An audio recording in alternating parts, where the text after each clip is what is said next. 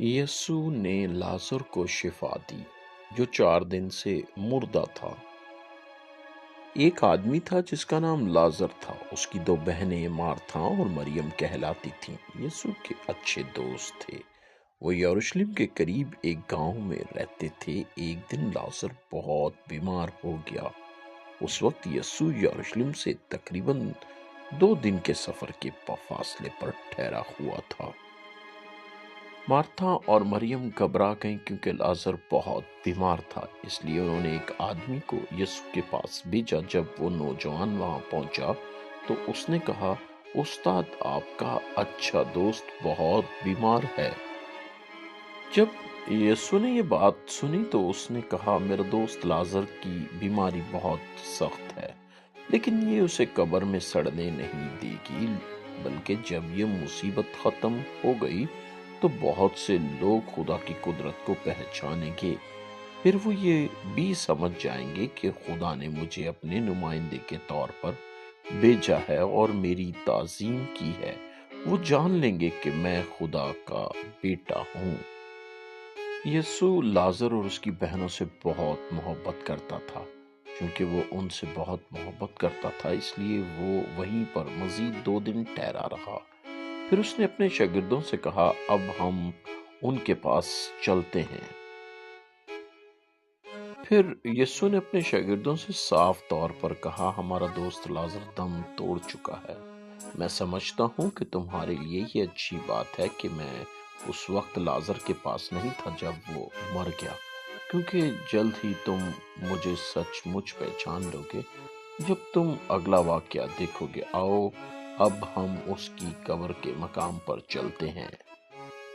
چنانچہ یسوع اور اس کے شاگرد 2 دن کا سفر کر کے اس گھر کے قریب پہنچے جہاں سوگ منایا جا رہا تھا۔ جب مرتھا نے سنا کہ یسوع آ رہا ہے تو وہ اسے ملنے کے لیے باہر گئی۔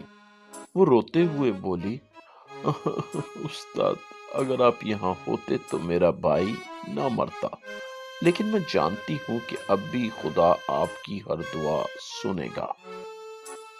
یسوع نے مرتھا سے کہا، میں وہ ہستی ہوں جو اپنے لوگوں کو مرنے کے بعد پھر سے زندہ کر سکتا ہوں۔ وہ ہمیشہ میری قدرت سے زندہ رہیں گے۔ تمہیں ایمان لانا ہوگا، تب تم خدا کی قدرت کو ظاہر ہوتا ہوا دیکھو گی۔ جو لوگ مجھ پر ایمان رکھتے ہیں، اگرچہ وہ اس دنیا میں مر جائیں تو بھی وہ پھر زندہ ہو جائیں گے، اور جب وہ زندہ ہوں گے تو دوبارہ کبھی نہیں مریں گے، بلکہ ہمیشہ زندہ رہیں گے۔ مرتھا، کیا تم یقین کرتی ہو کہ میری یہ بات سچ ہے؟ تب مارتھا نے اس سے کہا، جی ہاں استاد، میں یقین رکھتی ہوں کہ آپ ہی مسیح ہیں، خدا کے بیٹے، وہی جسے خدا نے دنیا میں بھیجا ہے۔ میں جانتی ہوں کہ آپ ہی وہ ہستی ہیں۔ پھر مارتھا نے مریم کو بلایا۔ وہ دونوں آ گئیں اور مریم یسوع کے پاؤں میں گر گئی۔ اس نے کہا، او استاد، اگر آپ یہاں ہوتے تو آپ میرے بھائی کو شفا دے دیتے تاکہ وہ نہ مرتا۔ یسوع ان کے غم کو دیکھ کر بہت رنجیدہ ہوا۔ اس کی آنکھوں سے آنسو بہنے لگے۔ پھر وہ کچھ آدمیوں کے ساتھ اس غار کے پاس گئے جہاں انہوں نے لازر کی لاش رکھی تھی۔ غار کے منہ پر ایک بڑا گول پتھر رکھا ہوا تھا۔ یسوع نے ان آدمیوں سے کہا، اس پتھر کو ایک طرف ہٹا دو۔ تب مارتھا نے کہا، استاد، میرے بھائی کو مرے 4 دن سے زیادہ ہو چکے ہیں۔ یقیناً اگر قبر کھولی گئی تو بہت تیز بدبو آئے گی۔